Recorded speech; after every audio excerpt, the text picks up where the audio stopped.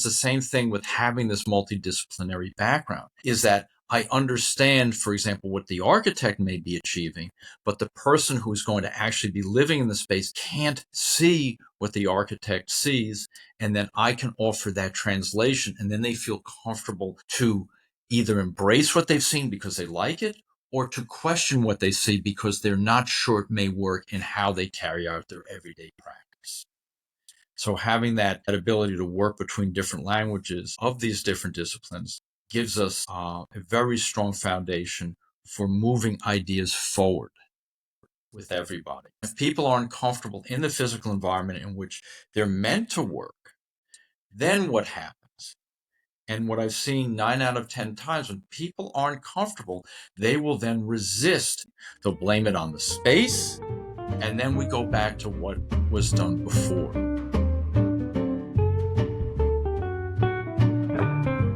Imagine designing a strategy without a clear compass. You know where you want to go, but not why or what you're willing to stand for along the way. What happens when your values aren't aligned with your leadership decisions or with your physical environment? In today's episode, we explore what it really takes to shape culture and learning, not through slogans, but through tangible human-centered design. This conversation brings together neuroscience, architecture, and leadership in a way you've probably never heard before. Peter Lippman is a world-leading voice in learning space design, with projects across the US, Australia, Asia, and the Nordic countries. Peter bridges the gap between physical environments and human behavior. But this isn't just a talk about buildings. It's a deep dive into how environments shape trust, culture, and decision making, and why strategy always starts with values.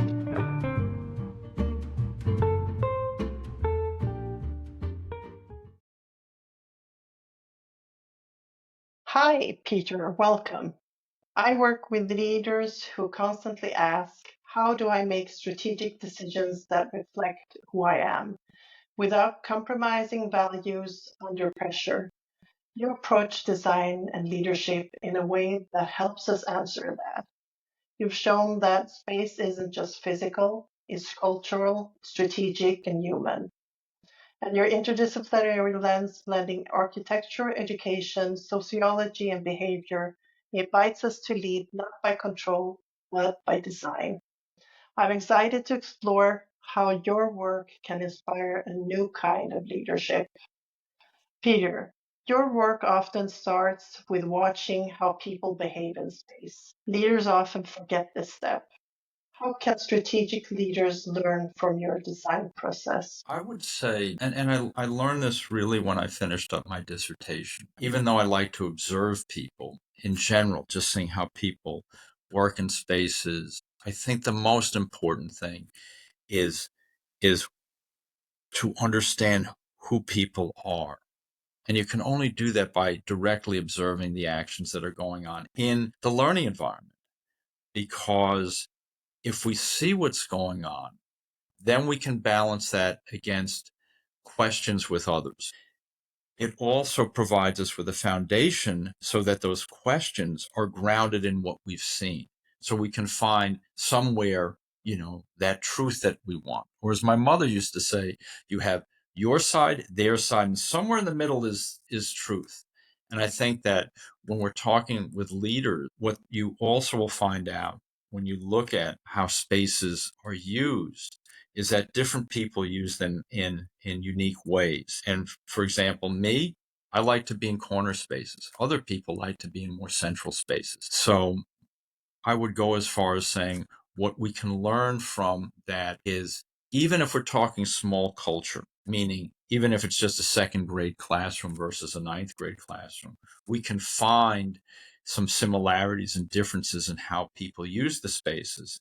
But we can only know that from actually seeing what's going on and investigating, how, different people use this. Interesting. But when we take the perspective of values in leadership. I often say decide with your values, not your fears. In your field, how do values guide the way spaces are imagined or created? If you think of the response you just said. For me, the values emerge through that design process. So you never come back to somebody with a final design. It's an iterative process, an iterative meaning that we learn by sharing ideas. So something is presented, it's discussed, and it's reviewed, and questions are asked, so that I will ask questions of people such as, what is an innovative learning environment? I don't want to assume everybody knows what that means. I will also ask questions of what are the characteristics of what a flexible space may be, or what is the definition for something that may be described as an informal space or a breakout space. What I do often is just ask these questions, but grounded in images that I want people to respond to. And sometimes, or most times, I put things in there that I know people might respond to negatively, because the only way to find out people's actual values is by challenging them, and in challenging them, getting them to describe what they really mean. So with those challenges and those discussions, what emerges is the actual product that people are hoping to see. When you do this process, you've drawn from many disciplines in your work. Why is that important, do you think? I studied architecture, I studied environmental psychology, and I studied education. Each one of them has a different language that they communicate with one another. So words like flexible mean different things to different people.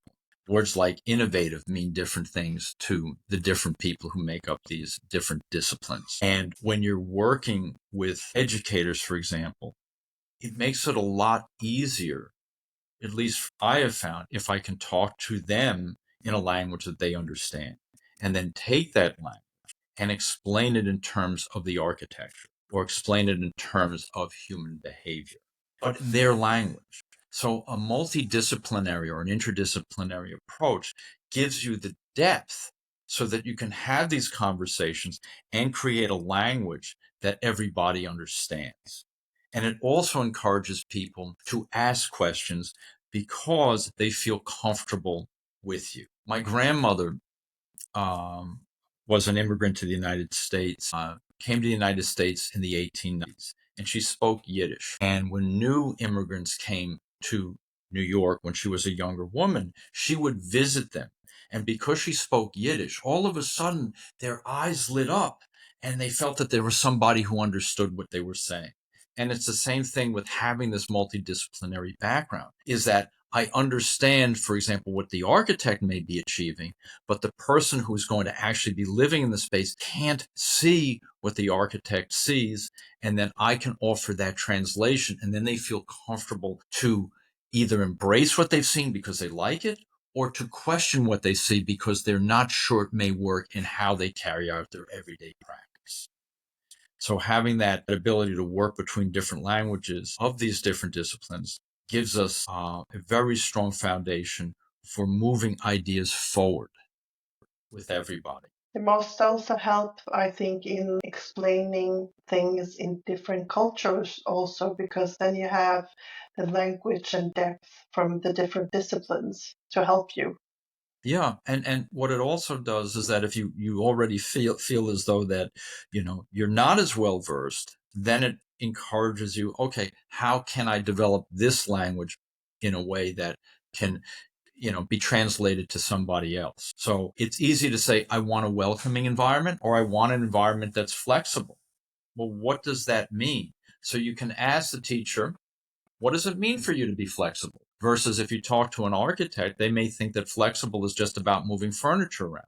Or as we were discussing earlier, open. Open means different things for different people. For a teacher, it means I want to be able to share ideas and communicate with my students where they don't feel afraid to share their ideas with me. Where an architect might think open means there are no walls in the school, so everybody can see everything that's going on. Your work sits at the crossroads of disciplines, as we said before. Why is that essential, and how can leaders think more like an architect in strategy? And as I wrote, and I really mean this, it's serendipitous, or another way of saying this, I'm glad you're asking this question because it's something that I've been looking at for a very long time, but I don't know if I've always articulated it. Meaning this, most of my work is in schools. So I work with architects and I work with educators. And then the discussion ends up being, what is the pedagogy of the place? How do we teach? How are we going to, move beyond or reimagine how we're going to get young students involved in, the teaching and learning? How are we going to get them to engage?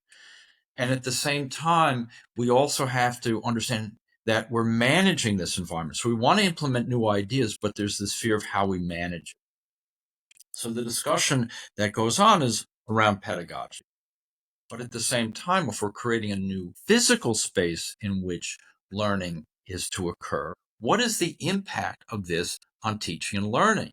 And while there are many discussions about, well, we want to have a constructivist environment or a social constructivist environment, or what is an adaptable space, what, then are the implications, which aren't always discussed. But the main thing with all of this is that it ends up being, these two different elements, pedagogy and place. And then we'll talk about people. What's missing within all of this, I feel, is we need to start addressing the notion of human behavior. How do we perceive these spaces? What do we pick up on these spaces or within them? What are the actual things that people feel when they're in these spaces? Because without that, no matter how great the pedagogy is, if we can't bring everybody on board with that, then we're failing. And if people aren't comfortable in the physical environment in which they're meant to work, and I'm not just talking about students, but also teachers, then what happens? And what I've seen 9 out of 10 times, when people aren't comfortable, they will then resist these new types of learning. They'll blame it on the space. And then we go back to what was done before. So the holy trinity, so to speak, for me is pedagogy, place, and the psychology of the place. With that in mind, if we do the perspective of corporate strategy, where we talk about systems and structures, here you talk about thresholds, transparency, movement. What is your strategic value in physical space with that perspective, would you say? I always start out in more corporate environments, people feeling safe, people feeling comfortable, people having a place to work. And the reason I say that is because with all these new systems in place, with these ideas around activity-based work, and that, I will take my computer wherever there's a free space to work in, I think forgets that people like a routine and people like having an area to go to. And it's also very disruptive to somebody's well-being. So if we're really invested, and if we did have strategies around people, we would really involve them in the decision-making process about, if we're talking the physical environment, of what would work best for them. There was a study done, I think, in the 70s. It was in a book by, I think he's a graphic designer. His name is Papanik. And what he talked about in there was a corporation that was designing two office buildings. One office building was designed by a very famous architect, very little input from the people there. Another one was designed by another architect who involved all the people who were going to be in the spaces. And they gave their input, and they talked about what they liked, what they didn't like, what they needed, what would make them feel comfortable. Now, they probably didn't get everything that they wanted, but the outcome of it was in the building in which people participated and actually shared their ideas. They were much happier in the new space than the one that was designed by the architect. And I can only conjecture that it's because they felt that they were being listened to and they were part of the discussion. And the same thing I find with when I work with learning environments is that many times whether it's policy driven or whether it's driven by leadership, once again, people feel as though ideas are being put on them or forced upon them. And then what happens is then people will resist it. They do it in a variety of different ways. So if we're going to have, to me, a strategic model would be start with, let's first find out what is working within these spaces for people. It's not just about having a desk. Where might that desk be located? What do they need to have on that desk? Do they need other things to support them? Do they need more kitchenettes? Do they need areas where they can decompress, as just examples? Or what I should say, not just decompress, but, areas of prospect and refuge. And probably refuge would be the word that I would go with, because you need sometimes those places to retreat to, because typically in most corporate environments, they're open plan and you don't have that sense of place. But if you can find those other areas you can go to, then you at least feel as though when you need that moment to get away, you can get away. What are your thoughts about the open spaces, as you said? It's funny that you asked that question, because I'm currently being moved into a more open space, and I've always found them to be uncomfortable.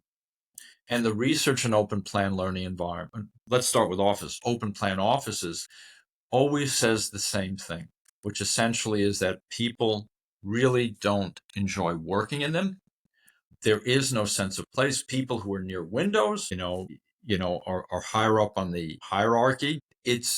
And I did research on a sustainable building that was an open plan environment. And regardless of how you try to shape it, the people who were in power were closer to the windows, closer to the light, and the people who were not were generally were further away from the windows. But it's uncomfortable always being seen, in a sense, if you're not comfortable in the space that you're in. So I'm not a fan necessarily of the way that open plan offices are designed. I still question the activity-based work environment, because that takes away seats from people. And the expectation is that you will find a place to work in. Once again, if we come back to human behavior, I think that for me, knowing the kind of person I am, if I found a place that I liked working in, I would make sure to define it as my territory. So I would leave things there overnight, or I'd get there very early, so I always would have the place. And what you see in those kind of environments are very much like the cafeteria at university, right? They're always the same people sitting in the same different areas. It just ends up being that way. And I think the same thing probably happens in the open plan office, especially if it's activity based. Within schools, I think it becomes very complicated, because research that I've been working on, and it's more from a literature research narrative and also my experiences in different countries, is that open plan means different things to different people in different countries. For example, in the United States, it's one singular space and everything happens in that warehouse like area. There are some walls because you need bathrooms and you need elevators and you need certain things that make the building function. But overall, everything is open and completely in complete view. In New Zealand and parts of Australia, it's more about how do we interconnect all these different spaces without doors? Well, there are more walls, but still noise becomes an issue because you can't shut it out. And I found in Sweden that it tends to be what tends to be as an open learning environment, open plan would be classrooms clustered around one big common learning area. So when we talk about open plan in schools, you have to step back and go, which country are we talking about? But regardless of which country we're talking about, that one common theme is those bigger spaces. And then how do we accommodate teaching and learning to occur in those bigger spaces? And I'm more of a person who has always said, and my research did confirm this to a certain degree, you break it down and find out why people would go into those spaces. And they go into those spaces because they want to get away from the noise and the distractions from the classrooms or other areas. So you want to create smaller, more defined and differentiated areas where people can settle into, usually in groups of no more than 4. But if it is an area for 8 people, then it must be designed for 8 people. Many leaders struggle when values and outcomes seem in conflict. Have you ever had to design under those tensions? What did you learn? The answer is yes. I think that usually when I come into projects, the primary tension starts with those individuals who want to push forward a design idea. It's not necessarily the design of a building. It could be the design of a system. It could be the design of how we move forward on things. And what lacks in many instances, it's coming from an individual where they have not asked enough questions about how is this actually going to function with the people in this place. And they're afraid of questions. And when they're afraid of questions, it creates greater tension because, they're still going to push forward with it. So what I've learned is it's probably really important to think about how we approach that particular design. So, Peter, let's shift to the personal. Many individuals I work with are trying to live more aligned lives. What role does our physical environment play in that? What would you say to leaders or HR teams who don't know where to I begin? would say we need to reflect on three significant places in our childhood. You know, where are they? What are they? How did they make you feel? What is it about these places that you could be successful in? Or were these places just places where you could relax? Who is in these spaces? And the reason I would start with that is because then we begin to think about who we are and what are those things that make us who we are today. And as I was answering this question, I really thought about, places that I was in and who was there. Because on one hand, I've asked students, where do you like to work?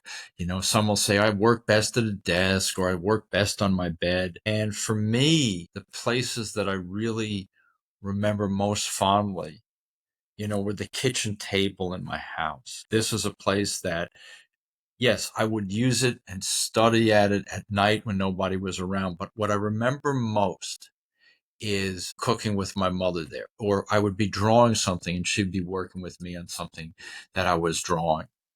And the fondness of that is that the kitchen table in many instances wasn't just about being in the kitchen. It was being with my mother at the table and learning things. And as I got older, it became a place where so much of my studies would go on. So I have very fond memories of the kitchen in my house, my parents' house growing up. Another one would be the baseball field. I spent many hours playing baseball and, getting really good at it. And I actually, in many ways, enjoyed the practice more than the games because I could test myself on different things. But it was always a place where I felt very grounded and centered.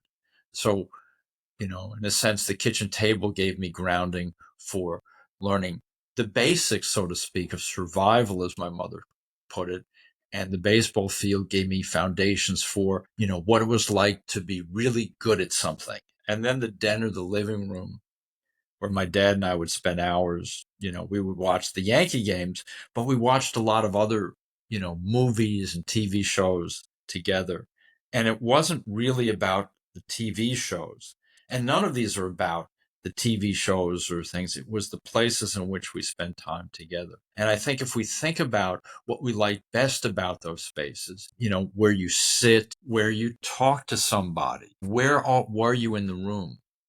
Where were you on the field? What was it about each one of these experiences that pull you back to it where you can remember fondly that it was really enjoyable? I think once we start delving into that, then we can really start delving into who we are.